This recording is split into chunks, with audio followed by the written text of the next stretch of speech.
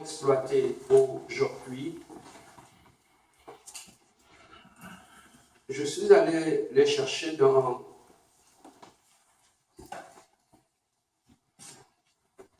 le livre de Luc chapitre 6.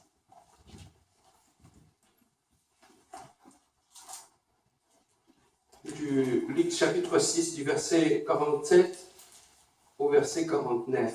Luc chapitre 6 du verset 47 jusqu'au verset 49. Est-ce que nous sommes là? Amen. Prenons la Bible. Je vais lire calmement pour que nous puissions bien comprendre cela. Je lis au nom de notre Seigneur Jésus-Christ.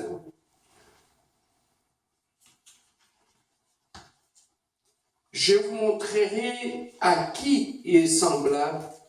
Tout homme qui vient à moi entend mes paroles et les met en pratique. Il est semblable à un homme qui, bâtissant une maison, a creusé profondément et a posé le fondement sur le roc. Une inondation est venue et le torrent s'est jeté contre cette maison sans pouvoir l'ébranler, parce qu'elle était bien bâtie. Mais celui qui entend et ne met pas en pratique est semblable à un homme qui a bâti une maison sur la terre sans fondement. Le torrent s'est jeté contre elle, aussitôt elle est tombée. Et la ruine de cette maison a été grande. Amen. Hein? Amen. Bien-aimés, les thèmes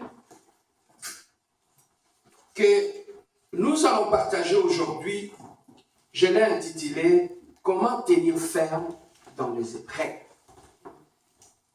Comment on peut tenir ferme dans les épreuves. Bien-aimés, on nous parle souvent des épreuves dans la vie. Mais difficilement on nous enseigne sur le but réel, sur le pourquoi même des épreuves dans la vie d'un chrétien. Et on nous enseigne même très mal sur le comportement que nous pouvons avoir lorsque nous traversons de moments de prêt dans la vie. Je serai court aujourd'hui parce que nous allons prendre le temps de la prière. Bien-aimés, la vie que nous menons, que nous avons, que tu sois chrétien, que tu sois païen, la vie est faite des imprévus. Tu peux te réveiller un bon matin. Peut-être l'argent que tu avais mis de côté pour réaliser tel projet, et lorsqu'on se réveille le matin, tout était correct. À midi, il y a un problème qui surgit, et cet argent que tu avais mis de côté pour réaliser tel projet, ça va le résoudre notre problème. C'est que la vie est faite des imprévus. Que tu sois chrétien, que tu sois païen, il y a des choses que nous pouvons contrôler, et il y a aussi des choses dans notre vie que nous ne pouvons pas contrôler. Bien-aimé, que tu sois païen, que tu sois chrétien, nous devons savoir une chose. Jésus-Christ ne nous avait pas prévu que nous n'allons pas avoir des épreuves dans la vie. Mais Jésus-Christ nous avait promis une chose. Les épreuves viendront, mais il ne nous laissera pas, il sera avec nous pendant que nous serons en train de traverser les épreuves.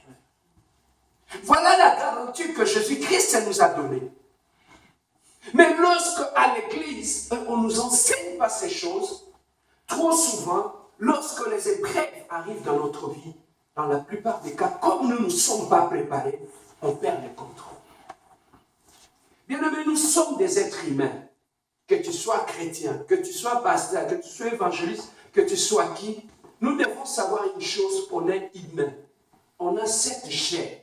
Lorsque les imprévus de la vie arrivent, lorsque les épreuves nous arrivent, nous devons savoir une chose. Étant humain, ça finit toujours par nous secouer. Personne, bien-aimé, ne peut te dire qu'il ne peut jamais être secoué par le problème. Les obstacles viendront, les imprévus viendront dans la vie, ça va nous secouer.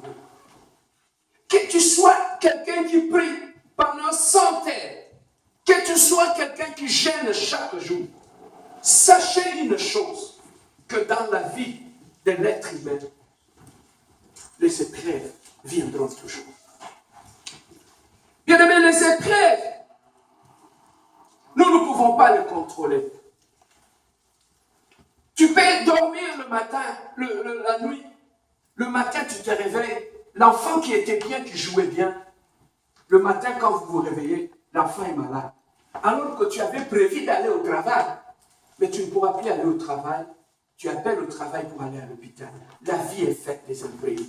Donc, en tant qu'un enfant de Dieu, nous devons savoir que la vie de l'homme est faite de choses que nous prévoyons et faite aussi des choses que nous ne prévoyons pas. Bien-aimé, il y a des choses qui peuvent nous surprendre étant un être humain dans notre vie. Il y a des choses qui peuvent arriver, qui peuvent nous surprendre. Mais il y a une chose, moi qui me garantis, c'est que le Dieu qui marche avec nous, il n'est jamais surpris par ce qui nous arrive. Tu peux être surpris par ce qui t'arrive. Tu peux être surpris qu'un enfant que tu n'avais pas prévu tombait malade. Tu n'avais pas prévu que telle ou telle chose allait se passer dans la maison. Bien aimé dans le Seigneur, mais nous savons une chose. Le Dieu que nous prions, il ne sera jamais surpris par nos problèmes, car il connaît. Mais le seul fait que le Dieu avec qui tu marches n'est jamais surpris par les problèmes, voilà ce qui me garantit. Je sais que comme mon Dieu n'a jamais été surpris par mes problèmes, il prendra soin de mes problèmes. Voilà pourquoi, bien-aimé, celui qui est un enfant de Dieu ne peut jamais s'inquiéter. Alors, les épreuves dans la vie, bien-aimé, ça peut arriver. Les épreuves, Dieu peut permettre que les épreuves puissent arriver dans notre vie. Dieu peut permettre que nous puissions traverser une zone des épreuves dans notre vie. Dieu peut être à la base de cela. Mais nous devons aussi savoir, la vie que nous avons aussi, peut aussi nous réserver de surprises et des épreuves. Les épreuves peuvent venir, non pas toujours de Dieu, ça peut venir aussi de la vie que nous menons, ça peut venir aussi du diable aussi. Il y a 3 sources des épreuves dans notre vie. Les épreuves peuvent venir de Dieu, les épreuves peuvent venir du diable, les épreuves peuvent venir de circonstances de la vie ou des hommes. Bien-aimés, pourquoi Dieu permet-il les épreuves dans la vie d'un enfant de Dieu? Pourquoi le diable permet-il les épreuves dans la vie de Dieu, de la vie de l'enfant de Dieu? Et pourquoi, bien-aimés, les hommes, la réalité que nous vivons, peuvent aussi nous imposer des épreuves? Nous devons savoir une chose, mon ami, que tout enfant de Dieu doit le savoir. Que Dieu, dans son amour, Dieu, dans sa grandeur, lorsque tu lis dans ta Bible, de Genèse jusqu'à l'Apocalypse, il n'y a aucune place où Dieu avait promis aux chrétiens, quand tu deviens un chrétien, tu n'auras plus de épreuves dans ta vie. Il n'y a eu aucune place. Donc, étant sur cette terre des hommes, nous serons toujours confrontés aux épreuves. Les épreuves seront toujours là. Les épreuves, bien-aimés, nous avions dit, ça peut venir des hommes, ça peut venir du diable et ça peut venir de Dieu. Mais les épreuves aussi peuvent venir aussi par rapport à notre propre comportement. Lorsque, bien-aimé, sur cette terre des hommes, l'homme étant l'homme, nous ne voulons pas marcher selon le principe de Dieu. nous ne voulons pas marcher selon la volonté de Dieu. Cette façon de faire les choses, cette façon de nous conduire peut nous amener dans des zones compliquées de la vie.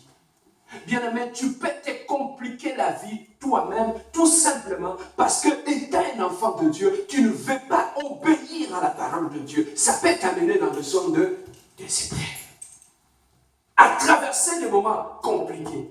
Voilà pourquoi, bien-aimé, étant un enfant de Dieu, nous devons être très sages, très prudents. La seule chose, notre GPS, qui peut nous aider à mieux nous conduire, à mieux marcher sur cette terre des hommes, c'est la parole de Dieu. Donc, le non-respect de la parole de Dieu peut nous amener dans des situations compliquées dans la vie. Amen. Hein? Amen. Alors, maintenant, nous voulons savoir, pasteur Serge, pourquoi Dieu permet-il les épreuves dans notre vie? Pourquoi Dieu permet-il que les épreuves nous arrivent? Bien aimé, si Dieu permet que les épreuves puissent arriver dans la vie d'un enfant de Dieu, dans la vie d'un homme, c'est pour une raison. Les épreuves, bien aimé, quel que soit venant de Dieu, quel que soit venant du diable, quel que soit venant de quoi que ce soit, si Dieu permet cela, que ça puisse arriver dans ta vie, c'est pour un but.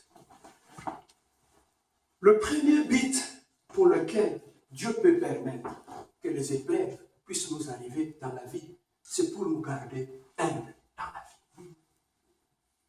Dieu peut permettre que les épreuves t'arrivent pour que tu puisses rester humble et marcher dans l'humilité. Bien aimé, la nature de l'homme, la chair aime l'orgueil. La chair, bien aimé, n'aime pas l'ordre. Mais pour nous maintenir dans l'humilité dans la vie, Dieu peut permettre que les épreuves puissent nous arriver. Dieu peut te permettre que tu puisses avoir, il t'envoie, Dieu ouvre une porte.